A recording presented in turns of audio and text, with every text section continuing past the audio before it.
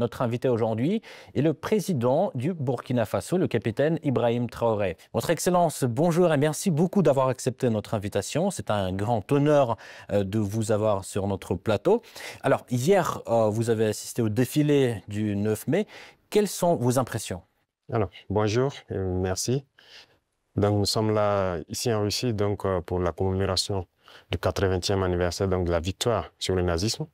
Et comme vous l'avez dit hier, on a assisté donc, à la cérémonie, une parade et donc une cérémonie aussi de dépôt de gerbes donc, sur la tombe de Soleil Inconnu. Je pense que c'est très symbolique. Nous avons appris beaucoup de choses au cours donc, de ce séjour. Ce n'était pas uniquement une fête, mais c'est une célébration. Comment s'est déroulée la rencontre avec le président russe? Alors, pour l'instant, nous avons eu des rencontres brèves et dans quelques temps, nous allons avoir un long entretien. Et ça se passe très bien et vraiment, c'est très courtois, c'est amical, c'est fraternel et c'est tout ce qu'on demande donc, en matière donc, de nouvelles coopérations dans ce monde. Mais si je comprends bien, vous ne fermez pas la porte au dialogue quand même. Non, il faut que les dirigeants comprennent que nous n'avons pas le choix que de nous unir face à cette situation de soi-disant terrorisme. Parce que c'est un phénomène assez complexe. Et je vous dis que le Burkina était assis dans les années 2012 à regarder le Mali. Et on était, quoi, le régime qui était en place était ami avec ces gens-là. Certains vivaient même à Ouagadougou. IAG a vécu à Ouagadougou. C'est la réalité. Mais qu'est-ce qui se passe aujourd'hui? Ils se sont retournés contre nous. Ce ne sont pas des gens libres. Ils sont manipulés par les impérialistes et les ordres qu'on les donne, ils donnent à leurs criminels sur le terrain, ils le font. Donc, il faut que chacun comprenne qu'on doit s'unir pour faire face. Il n'y a pas de négociation possible avec ces gens-là. Justement, parlons de cette unité, plutôt cette intégration qui se déroule actuellement au sein de l'AES. Où en est-on actuellement? Ça se passe bien, ça évolue. Nous sommes donc dans la Confédération. Et comme je dis, il y a beaucoup de choses à mettre en place. Voilà. Et il ne faut pas chercher à aller tellement vite et ne pas bien faire. Donc, nous sommes en train d'aller de manière progressive. Il y a beaucoup de structures à mettre en place. Il y a beaucoup de volets à mettre à niveau dans les trois pays. Parce que vous n'êtes pas sans savoir que sur le point de vue économique, on n'est pas au même niveau. Sur le point de vue militaire, il y a beaucoup de volets. Il faut essayer d'équilibrer. Et donc, ça nécessite la mise en place de beaucoup de structures, beaucoup de rencontres. Et la libre circulation, ça nécessite un certain nombre de paramètres à mettre ensemble. Vous avez dû voir qu'on a fait un gros travail pour aboutir à un document unique de sécurité pour les voyages et tout. Donc, c'est évolutif. Donc, ça se passe très bien. Justement, j'avais une question sur le volet économique. La création de la devise propre à l'AES est-elle toujours à l'ordre du jour? Oui, c'est à l'ordre du jour, forcément. Et donc, le processus continue. Il y a beaucoup de choses, comme dirais-je, beaucoup de billes à caler avant d'y arriver. Mais c'est forcément à l'ordre du jour. Si on parle de souveraineté, forcément, on a besoin de cette souveraineté-là. Voilà, donc c'est impératif. Peut-on s'attendre à l'élargissement de l'AES? Oui, dans le futur.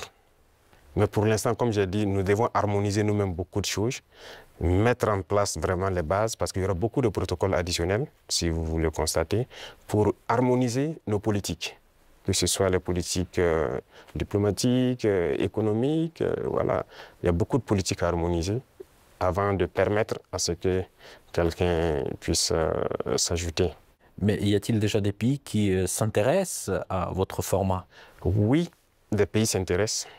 Voilà. Ils pourront être peut-être, je ne sais pas, pour l'instant, le président de la fédération, c'est le président malien. Il pourra donner son avis sur la question, mais il y a des pays qui s'intéressent, oui. Comment vous expliquez la baisse de l'influence française dans la région? Pas uniquement dans le Sahel, mais aussi dans l'Afrique de l'Ouest, par exemple. Je pense que c'est eux-mêmes qui ont contribué à baisser leur influence. Parce qu'ils ont une conception paternaliste voilà, de nos relations. Et vous voyez, quand vous prenez tout de suite tout ce qu'on fait, tout ce qu'on prend comme initiative, eh c'est la Russie. Et quelqu'un parle, ils sont influencés par la Russie. Tout ce qui se passe, c'est la Russie. Pourquoi ils ont les yeux fermés comme ça? Donc l'Africain n'est pas capable de développer quelque chose. L'Africain n'est pas capable d'inventer, d'innover, de prendre des initiatives. C'est ça que nous combattons. Et tant qu'ils vont continuer de voir l'Africain comme ça, comme un sous-homme qui n'est pas capable de réfléchir, qui n'est pas capable d'innover, capable d'inventer, on ne pourra jamais être amis. Les époques ont changé.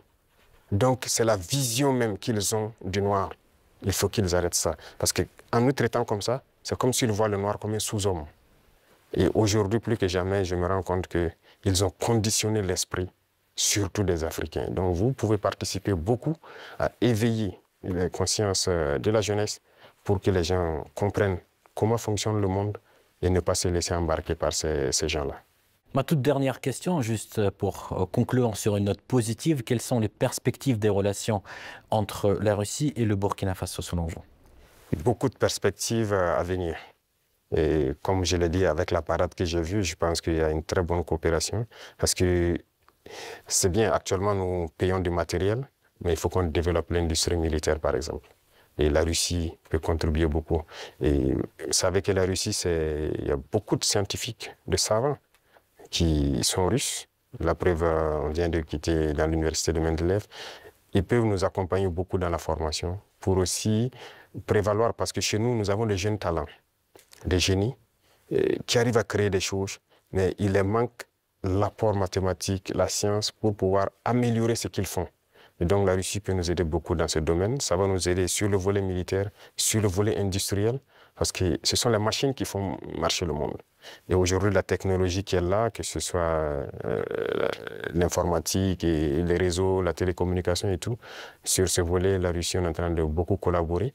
Donc, à l'avenir, toutes ces perspectives sont donc mises à l'ordre du jour pour que nous puissions donc, voilà, arriver à un objectif certain que nous souhaitons.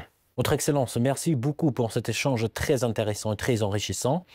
Je rappelle, c'était le président du Burkina Faso, le capitaine Ibrahim Traoré. Merci encore. Merci à vous.